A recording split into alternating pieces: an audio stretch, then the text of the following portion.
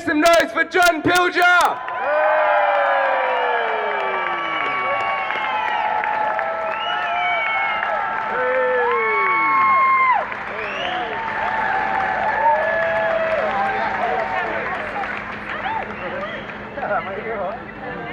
Thank you. What a fantastic crowd at this distinguished place in London. It's an honor today to be here. I think Roger has just arrived to introduce Roger Waters.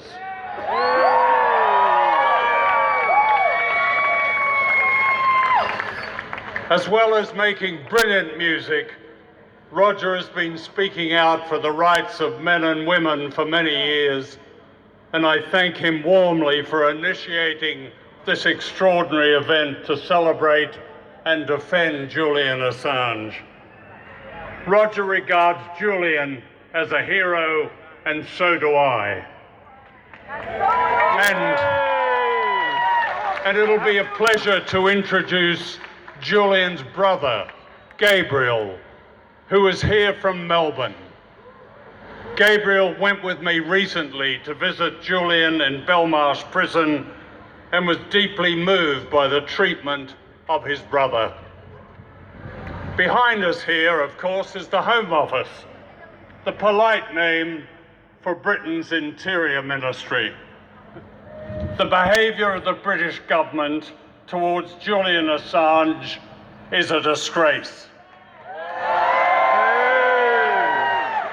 A profanity on the very notion of human rights.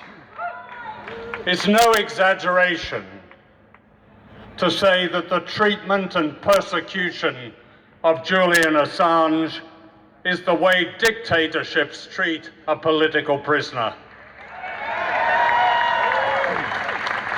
There is one reason for this.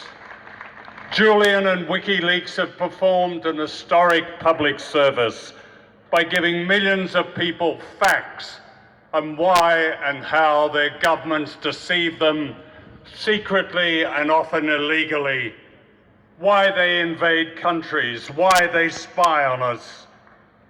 Julian is singled out for special treatment for one reason only: he is a truth teller. His case is meant to send a warning to every journalist and every publisher, the kind of warning that has no place in a democracy.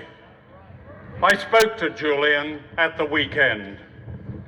He'd been just allowed to have his first proper exercise. He was allowed to pace up and down in a small bitumen yard. However, at Belmarsh prison, they have a sense of humour. On the walls facing the so-called exercise yard are happy, clappy words about the blades of grass beneath your feet.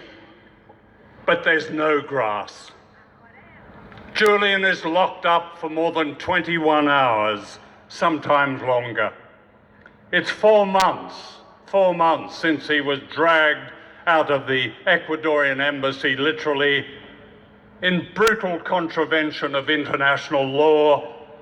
It's 4 months, and he is still denied the documents and the basic tools to prepare his case against an outrageous demand for his extradition to the United States, where he faces incarceration and almost certainly torture. And yet, he is not allowed today to call his American